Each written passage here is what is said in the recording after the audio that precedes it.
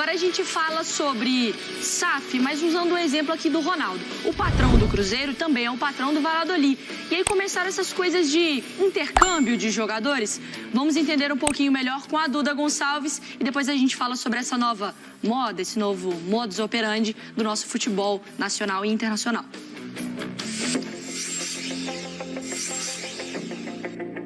Há 29 anos, uma joia da base deixava o Cruzeiro rumo à Europa. O início de uma carreira de sucesso.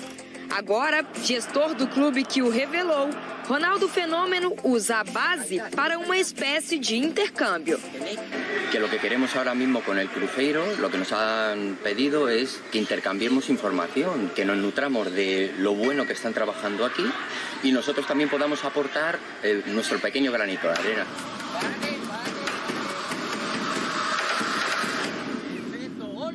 O atacante Breno foi anunciado como contratação do Valladolid da Espanha. A primeira transferência entre os clubes, os quais Ronaldo Fenômeno é dono. Em 2022, Breno foi o campeão estadual sub-20, artilheiro com 16 gols e 7 assistências e fez 28 de 32 jogos como titular. Crias da base, Estênio e Kaique, estão com a seleção brasileira no Sul-Americano Sub-20. Outros, porém, estão na Toca da Raposa 2.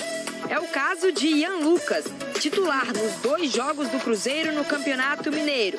Uma joia lapidada por Paulo Pessolano e acompanhada de perto por Ronaldo Fenômeno.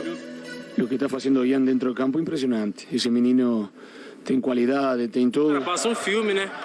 Lutando bastante para ter essa oportunidade e graças a Deus tive, o professor pôde me dar ela.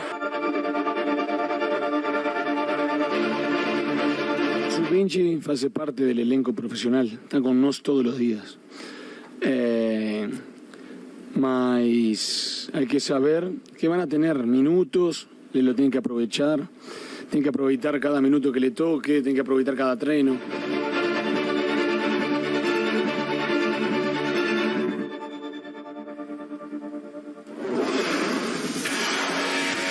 Para os donos de clubes no Brasil e pelo mundo. Então tem o Grupo City, que tem, por exemplo, o Bahia, o Manchester City, mais 11 clubes na América, Europa,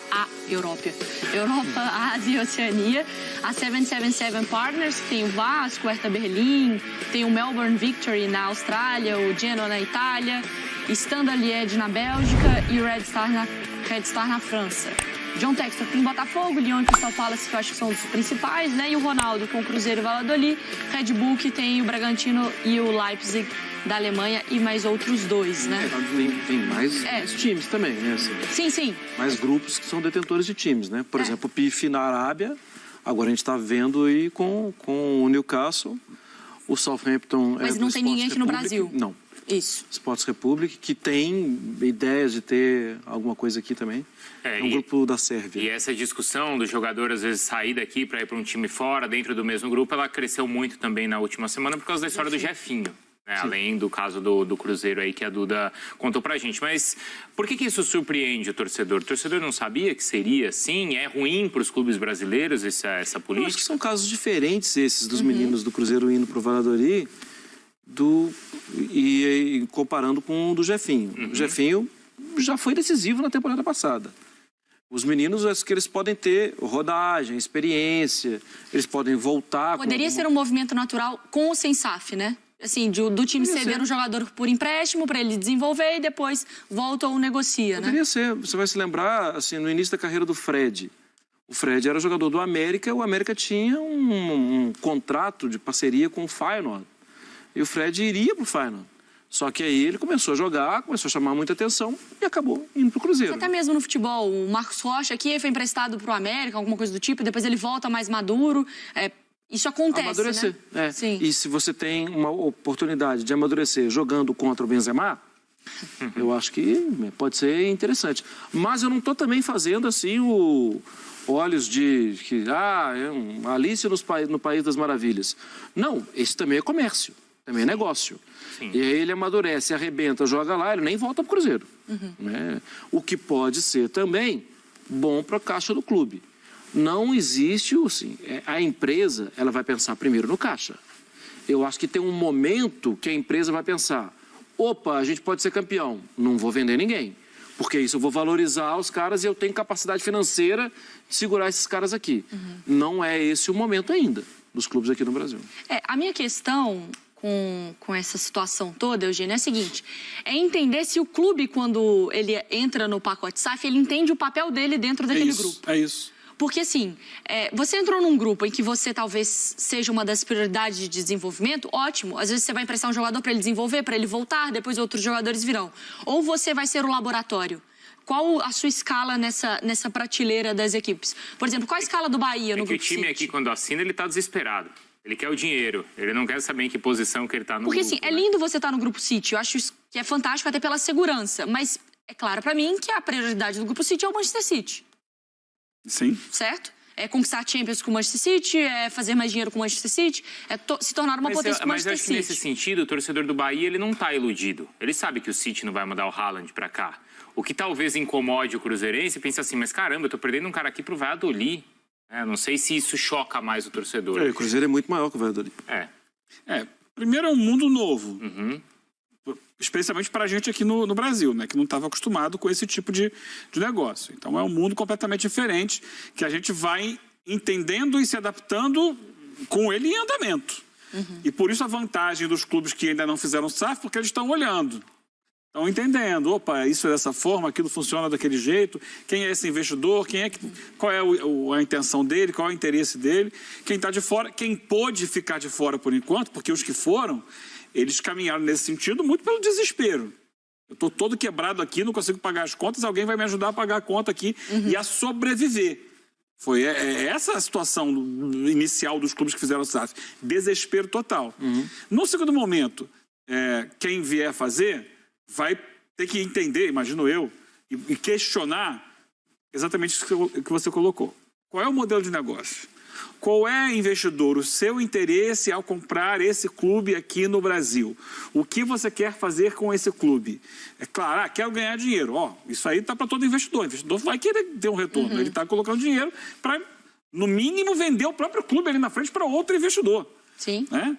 Mas ele tem que deixar claro, né? Eu pretendo fazer dinheiro com esse clube da seguinte forma: pegando jogadores da base e revendendo, ou fornecendo jogadores revelados aqui para outros clubes meus que eu tenho espalhado pelo mundo. Ou não, eu vou fazer investimento porque entendo que o mercado brasileiro vai crescer e que esse clube vai me dar retorno, vai me dar dinheiro dele próprio, ele vai gerar receita que vai vir para o meu bolso.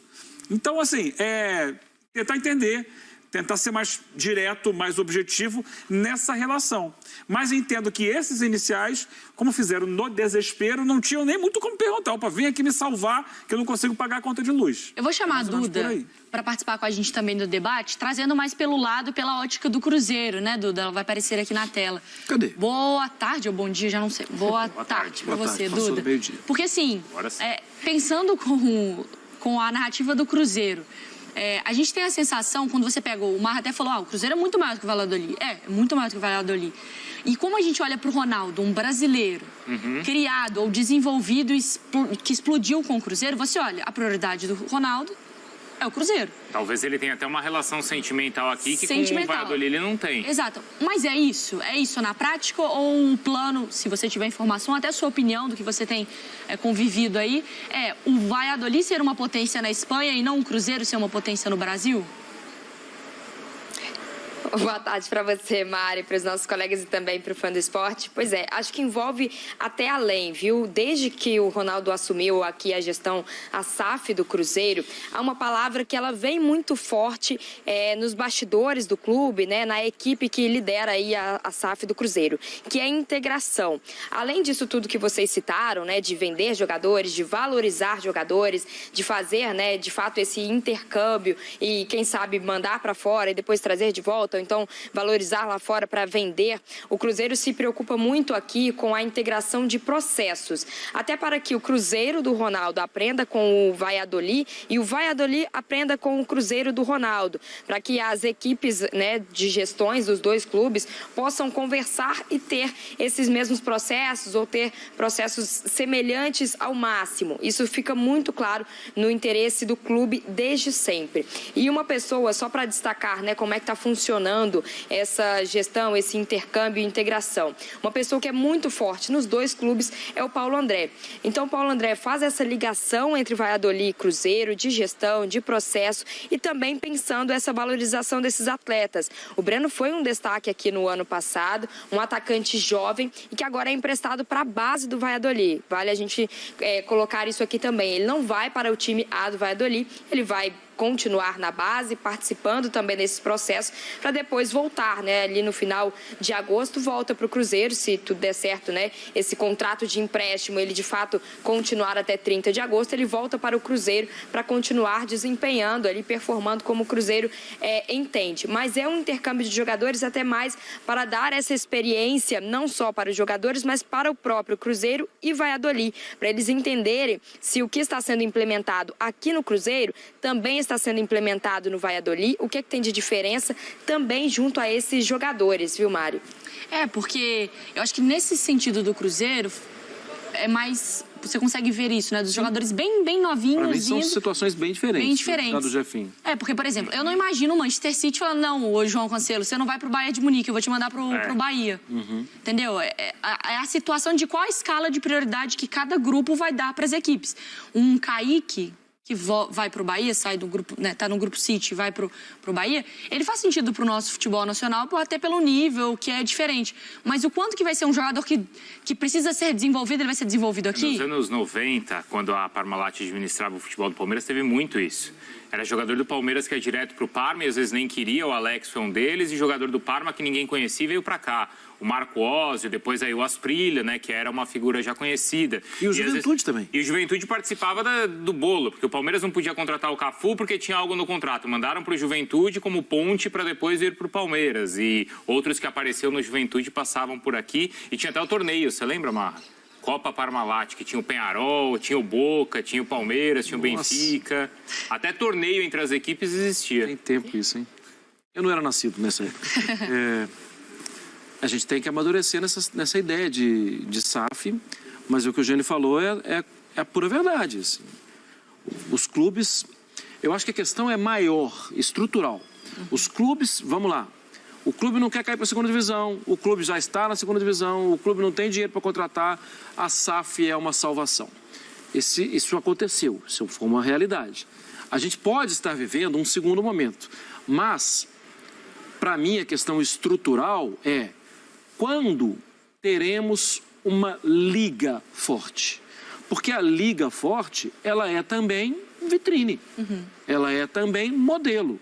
A gente está vendo os jogadores jovens saindo do futebol brasileiro, e já tem muito tempo que é assim, mas talvez com ligas mais fortes, os próprios clubes vão querer que esse cara fique aqui um pouco mais.